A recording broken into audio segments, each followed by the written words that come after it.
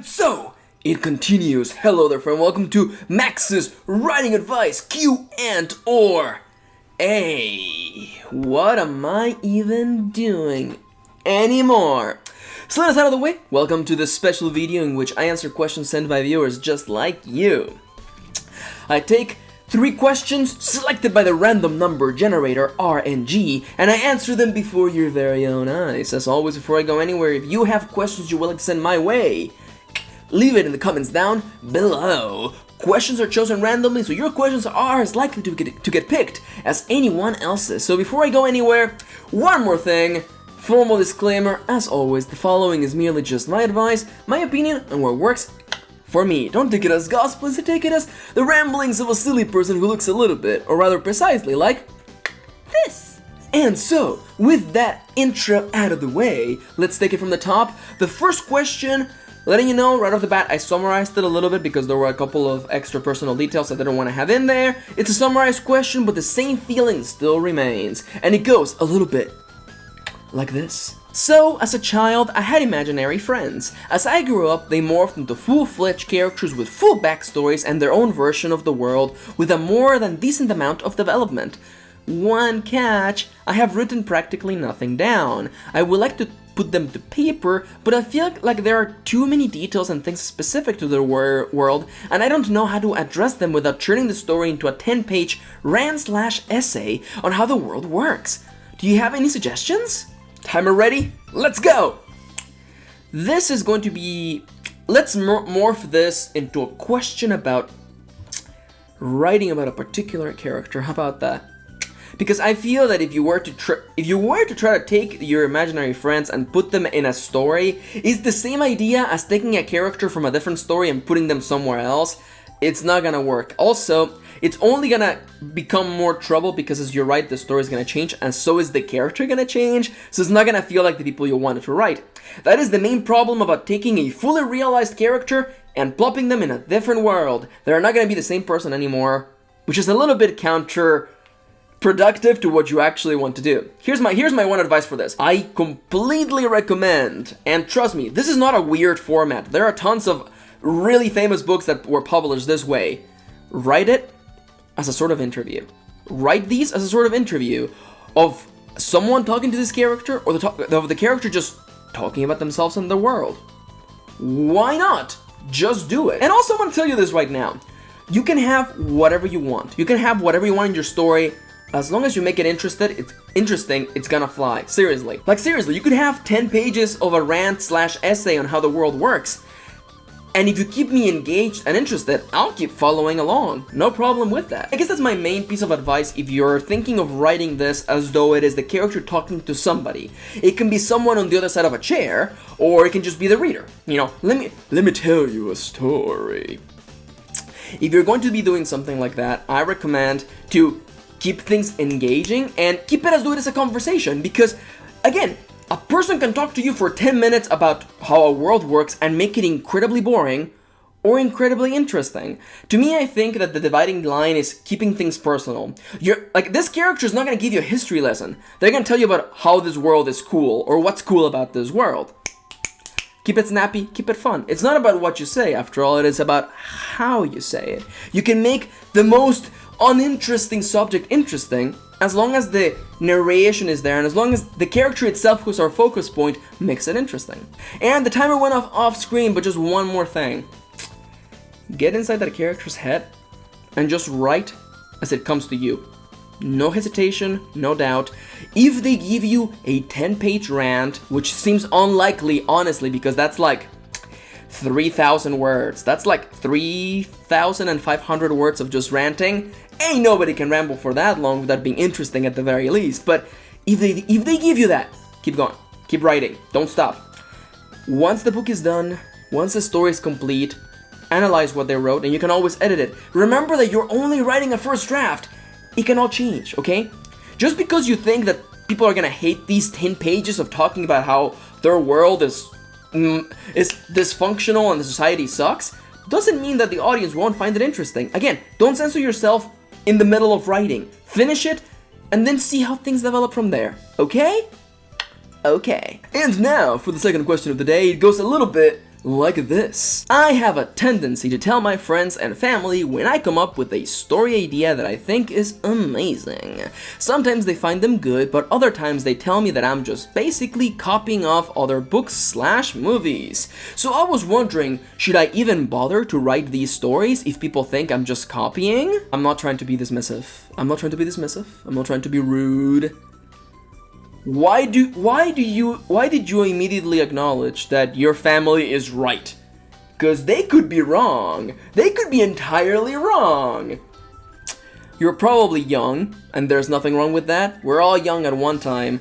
But don't assume that anything your family tells you, just because it's your family, it's objectively right. They could be wrong.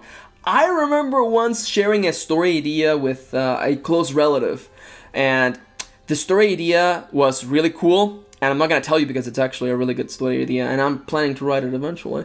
But I told them this story idea, and they turned to me and said, oh, it's basically The Stand by Stephen King. And if you have read The Stand by Stephen King, or you have seen the adaptations, it's not even remotely close. It's one of those things where I stood there for like 3 seconds, like too long.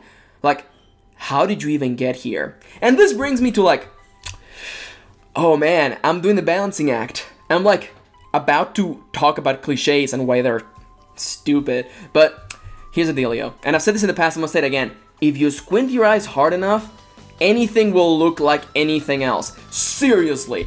If you remove context, anything can be anything you want it to be. That's why cliches are just stupid. Because they're not about context, it's about content. And content is just silly. Would you like me to tell you the story that is every story ever?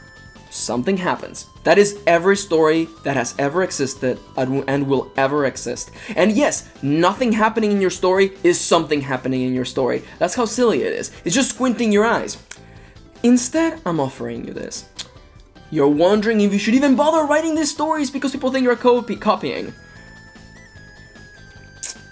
And this will be more closely related to the next question, but you have no control over what people are gonna think of your content, okay? Just right off the bat. No, you have no control. And I've gotten the most ridiculous messages on Tumblr from people telling me that I'm copying X book that came out after my book. You have no control over that. So here's what you should do instead. Write what excites you. Write what is fun to you. Write what makes you happy. Writing takes a pretty long darn time to complete a project. Are you gonna spend it writing something that's not fun? Because let me tell you something, I know people who did that. Who were, you know what, the Hunger Games are famous right now. I'm gonna write a book like the Hunger Games, but better. And they didn't enjoy it, they didn't like it, they treated it like a science project, and when they finished the first draft, they never picked it up because they didn't care, because it didn't have fun, and they weren't attached to anything. So here's once again, coming from yours truly because the timer just went off. Do what seems fun to you. Do what seems fun to you, what you enjoy, because as always, you can tell when someone is having fun. And you can always tell when someone is not having fun. Enjoy the writing. Write whatever you want. And I hate to be like this, and I'm going super long on this one. I've actually made it a point to never tell anyone about what I'm writing until it is actually written. Why? Because I found over time that telling people what I'm writing about, I'm not doing it because I want to hear what they think about the story. I want to do it because I want to impress them, and I want to see their reaction to what I am thinking about. I want them to turn to me and say, Max, that's a good idea. You're a genius. I mean, I already know that. But, anyhow. Garbage. But the biggest side effect to this is that you're talking about all the cool things that you're thinking about, and it creates expectations. And expectations are the worst freaking thing you can have when you're walking into the story. You know why? Because you tell your friend, yeah, and then the main character does this totally awesome sacrifice, and it's super dramatic, and the story is gonna be amazing, and it's gonna look awesome when they make it into a movie, and then you write it and that doesn't happen. And then you think to yourself, you're in the middle of writing. You should be in the middle of writing. You should be in the heat of things, enjoying the concept of writing, the idea of it, forging your imagination and your narration into one substance. Storytelling.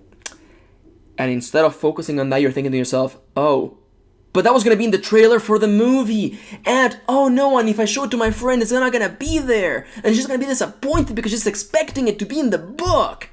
And instead of writing, you're worrying about those little expectations you made weeks before. That's why I make it a point to not tell anyone anyone about what I'm writing, especially what I think maybe should hopefully happen in this story. I know if you're young, you want that validation of like, yeah, that's an awesome idea, do it! I can tell you right now, if the story excites you, if it is fun to you, it's a good idea. It's worth your time, nothing else. Do not settle for anything else than a story idea that you want to write. Got it? Good. Man, I got really intense there near the end, but anyhow, let's enjoy the final... Man, I got real intense there near the end, but anyhow, we are about to start the final question for today, and it is actually a pretty nice question that ties in with the previous one, so let's take it from the top. It goes a little bit like this. I feel like I might give too much detail and too many descriptions in my writing, distracting from everything else. What can I do to fix this? And timer! That my hair is just so silly today. Timer on! Okay, here's what I think. If you are in the middle of writing the first draft, in the middle of writing you think to yourself, oh, am I having too much description? Is this too much dialogue? Is this too much X? Or not enough Y? Don't worry about it. You know why? Because you can always change all of this later, during the revision draft. Nothing is permanent. You can always change it. You are not painting on a canvas where the paint will stay there forever. You are not chiseling on marble where you're not gonna get to change or undo your mistakes. You're writing. Writing has no form up until the later stages in which it actually solidifies itself. With that being said, here's my dealio, okay? Because especially through feedback, you may find yourself in situations in which you send your story to a friend, two friends, and both friends give you contradictory pieces of feedback. One friend turns to you and says, "Oh, there's so much description in this book, it distracts me." The other one says, "There is not enough description, I don't know what's going on." And they can both be correct, because this is subjective. There is nothing objective. It's like saying how much salt do you like in your insert dish here. I can't believe my mind blanked out on a dish, but anyhow, it's subjective.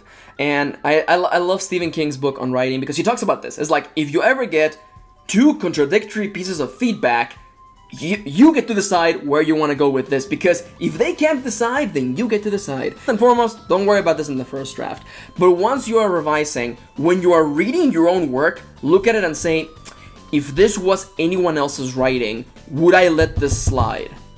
If this was anyone else's writing, would I want less details or more details? This is exactly why during revision, or before revision, you want to have the story sitting somewhere for weeks, at least like 3 weeks, if not like months.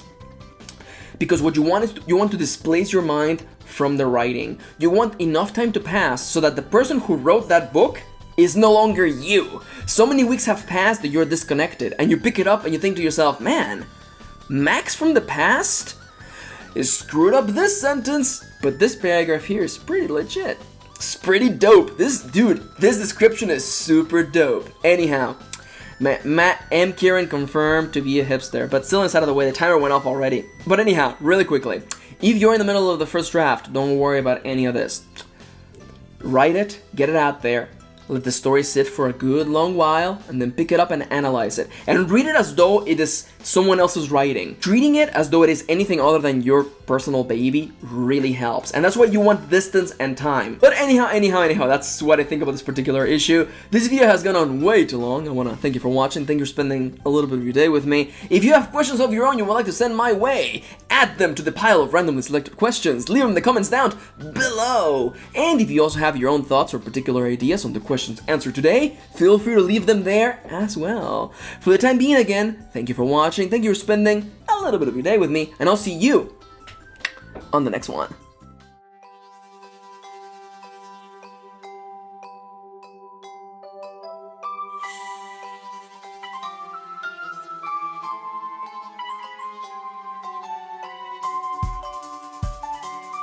Okay, one more thing before I go. You want to know what sort of level of weeb trash I am?